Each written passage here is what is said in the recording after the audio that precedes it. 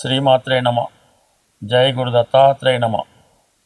ఈ వీడియోలో మనం మేషరాశి వారికి 2026 ఏప్రిల్ నెల మాస ఫలితాలు పరిశీలించే ప్రయత్నంలో ప్రధానంగా మేషరాశి వారికి ఈ నెల 19వ తారీఖు వరకు కూడా శుక్రుడు రాశి యందు సంచరించడం జరుగుతుంది.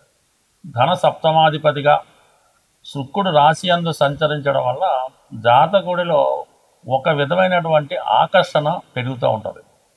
అది స్త్రీలలో మరి ఎక్కువగా ఉండే అవకాశం ఉంది.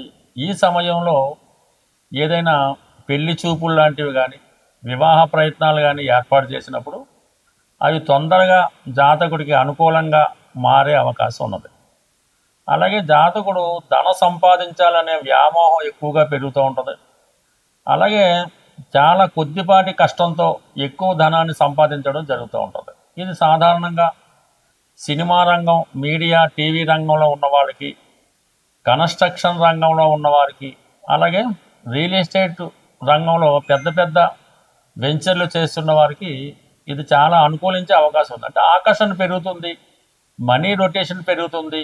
ఎక్కడికి వెళ్ళినా కూడా మీ మాట కాదనకుండా ఈ మార్కెటింగ్ స్కిల్స్ వల్ల మీరు చేసే ప్రయత్నాలు చాలా అనుకూలంగా మారడం జరుగుతుంది. దాని తర్వాత ఏప్రిల్ 19 తర్వాత ఈ శుక్రుడు ఎంకాలంగా ధనస్థానంలో చేరటం వల్ల మరి కుటుంబ విషయాల్లో, ఆర్థిక విషయాల్లో అనుకూలంగా ఉంటుంది. మనీ రొటేషన్ పెరుగుతూ ఉంటుంది, మీ యొక్క వాక్చాతుర్యం పెరుగుతూ ఉంటుంది. అలాగే ఇది సంగీత దర్శకులకి, సింగర్స్కి చాలా అనుకూలంగా ఉండడం జరుగుతుంది.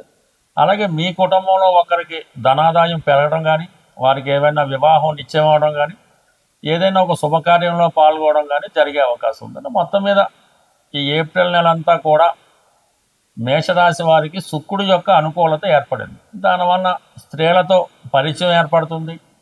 కుటుంబంలో ఉన్నటువంటి స్త్రీలకి హోదా, గౌరవం పెరుగుతూ ఉంటుంది. ఎక్కువగా ప్రయాణాలు చేస్తారు, కొత్త కొత్త ప్రదేశాలు వీక్షించడం జరుగుతూ ఉంది.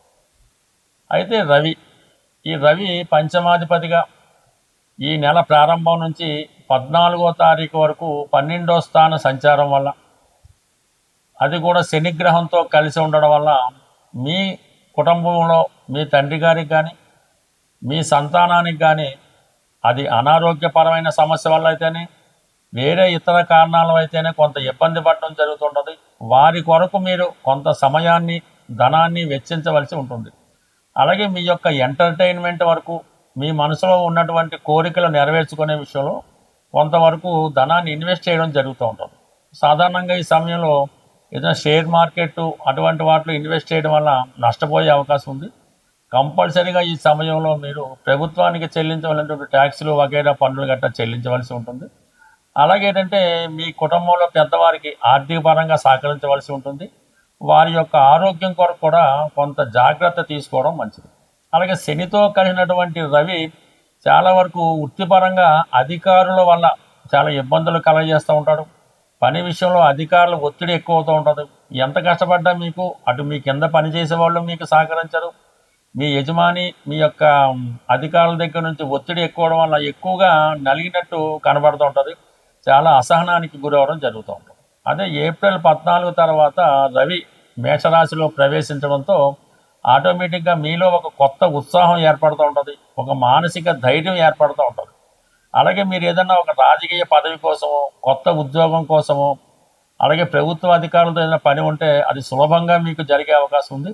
ఏదైనా రవి మీకు మేషరాశిలో ఉచ్చ స్థానంలో ఉండడం వల్ల ఆటోమేటిక్గా మీ యొక్క సంతానానికి కానీ, మీ తండ్రి గారికి కానీ గౌరవం పెరుగుతూ ఉంటుంది, వారు హోదా పెరుగుతూ ఉంటుంది. తద్వారా మీకు కూడా ఎక్కడికి వెళ్ళినా కూడా సముచిత గౌరవం లభిస్తూ ఉంటుంది.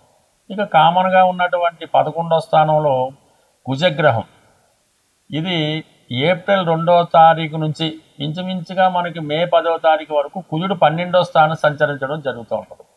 అయితే రాష్ట్రాధిపతిగా, అష్టమాధిపతిగా 2వ స్థాన సంచారం వల్ల దీర్ఘకాలంగా ఉన్నటువంటి అప్పులు కానీ, రుణాలు కానీ ఉంటే అవి తీర్చివేసే ప్రయత్నం చేస్తారు. కొత్తగా స్థిరాస్తి కొనాలనే ఆలోచన, ప్రయత్నం కూడా నెరవేరుతూ ఉంది. సడన్గా ఉద్యోగంలో కొన్ని అనుకూల మార్పులు రావచ్చు. అది ఏదన్నా వేరే చోటకి ట్రాన్స్ఫర్ అవ్వడం కానీ, కొద్ది రోజుల పాటు ఆన్ డ్యూటీలో ఇతర ప్రాంతాల్లో వర్క్ చేయడం కానీ జరగవచ్చు. అలాగే ఈ భూములు స్థిరాస్తి వ్యాపారం చేస్తున్నవారు కొద్దిగా ఎక్కువ ప్రయాణాలు చేసి మీరున్న ప్రాంతంలో కాకుండా అవుట్కట్స్లో కానీ చాలా దూర ప్రాంతంలో కానీ స్థిరాస్తులు భూములు కొనే ప్రయత్నం చేయడం కానీ అక్కడ మీ యొక్క వ్యాపారాన్ని విస్తరించడం కానీ జరిగే అవకాశం ఉంది. అలాగే కొన్ని సందర్భాల్లో తప్పనిసరి పరిస్థితుల్లో కొంతవరకు ధనాన్ని మీరు మీ యొక్క బంధువులకు కానీ అన్నదమ్ములకు కానీ కొంత వారి అవసరార్థం కొంత ధనాన్ని మీరు ఖర్చు పెట్టవలసి ఉంటుంది. లేదంటే మీరు ఒక మిత్రునికి ఆర్థిక పరంగా కొంత సహాయాన్ని కూడా చేయవలసి ఉంటుంది.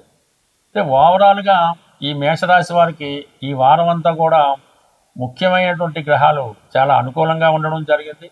అలాగే యాస్టీజ్గా మిగతా గ్రహాలన్నీ లాభస్థానం నుంచి వ్యయ స్థానంలోకి మారడం జరుగుతుంది. లాభస్థానంలో ఒక రాహువే ఉండడం వల్ల అది మీకు పెద్ద పెద్ద వ్యక్తులతో కానీ పెద్ద పెద్ద సంస్థలతో చేసే వ్యవహారాలు చాలా అనుకూలంగా ఉంటాయి. విదేశంలో ఉన్నటువంటి మీ బంధుమిత్రుల సహకారం సంపూర్ణంగా లభించడం జరుగుతూ ఉంటుంది. బట్ ఏదైనా ఏప్రిల్ 9వ తారీఖు నుంచి సుమారుగా ఒక వారం రోజుల పాటు 12వ స్థానంలో 4 గ్రహాలు సంచరించడం వల్ల ఆ సమయంలో అధిక ధన వ్యయం జరిగే అవకాశం ఉంటుంది. మనకి ఏప్రిల్ నెల 2వ తారీఖున శ్రీరామనవమి రావడం జరుగుతుంది. ప్రధానంగా ఎవరికైతే వివాహం ఆలస్యం అవుతుందో, అలాగే వివాహ సంబంధాలు వచ్చి మిస్ అవ్వడం, ఈ విధంగా వివాహం కొరకు అబ్బాయిలైనా అమ్మాయిలైనా వివాహం కొరకు ఎదురు చూస్తున్న వారికి ఈ శ్రీరామనవమి చాలా ఇంపార్టెంట్తో కూడుకున్నది. కంపల్సరిగా ఆ రోజు మీరు శుభ్రంగా తలకి స్నానం చేసి కొత్త బట్టలు ధరించి ఈ శ్రీరామనవమి కళ్యాణం భద్రాచలంలో జరుగుతున్నా పర్లేదు, మీ ఊళ్ళో ఎక్కడ జరిగినా సరే ఆ కళ్యాణంలో 100కి 100 పాళ్ళు పూర్తి అయ్యేదాకా, అంటే తలంబరాలు అయ్యేదాకా ఉండి అక్కడ ఏమన్నా వాళ్ళు భోజనం అది పెడితే భోజనం చేసి చక్కగా కొన్ని తలంబరాల బియ్యం మీరు ఇంటికి తెచ్చుకొని అది మీ శిరస్సు మీద జల్లుకోవడం మంచిది. వీలున్నవారు భద్రాచలంలో కూడా మనకి ఈ తలంబరాల బియ్యం ఇవ్వడం జరుగుతుంటుంది. అది ఎవరైనా తేగలిగితే, అది పెద్దవాళ్ళు ఎవరైనా మీ పిల్లలకి వివాహం జరగవలసి ఉంటే వాళ్ళకి ఆశీర్వదిస్తూ ఆ తలంబరాల బియ్యం వాళ్ళ తల మీద పెట్టడం వల్ల 100కి 100 పాళ్ళు వివాహం అన్నది నిశ్చయం అవడం జరుగుతుంటుంది. కాబట్టి వీలున్న వాళ్ళు ఈ శ్రీరామనవమి వేడుకల్లో పాల్గొనడం, ఇంకా ఓపిక ఉన్నవాళ్ళు తల్లిదండ్రులు కూడా పిల్లలకి వివాహం జరగటం లేదనుకున్న వాళ్ళు ఒకసారి శ్రీరామనవమి పీటల మీద కూర్చొని ఆ రాముల వారి కళ్యాణం మీ చేతుల మీదుగా జరిపించడం వల్ల తొందరలోనే మీరు మరొక వివాహం మీ పిల్లవారికి అమ్మాయికో చేసే భాగ్యం అన్నది ఆ భగవంతుడు మీకు కల్పించే అవకాశం ఉన్నది.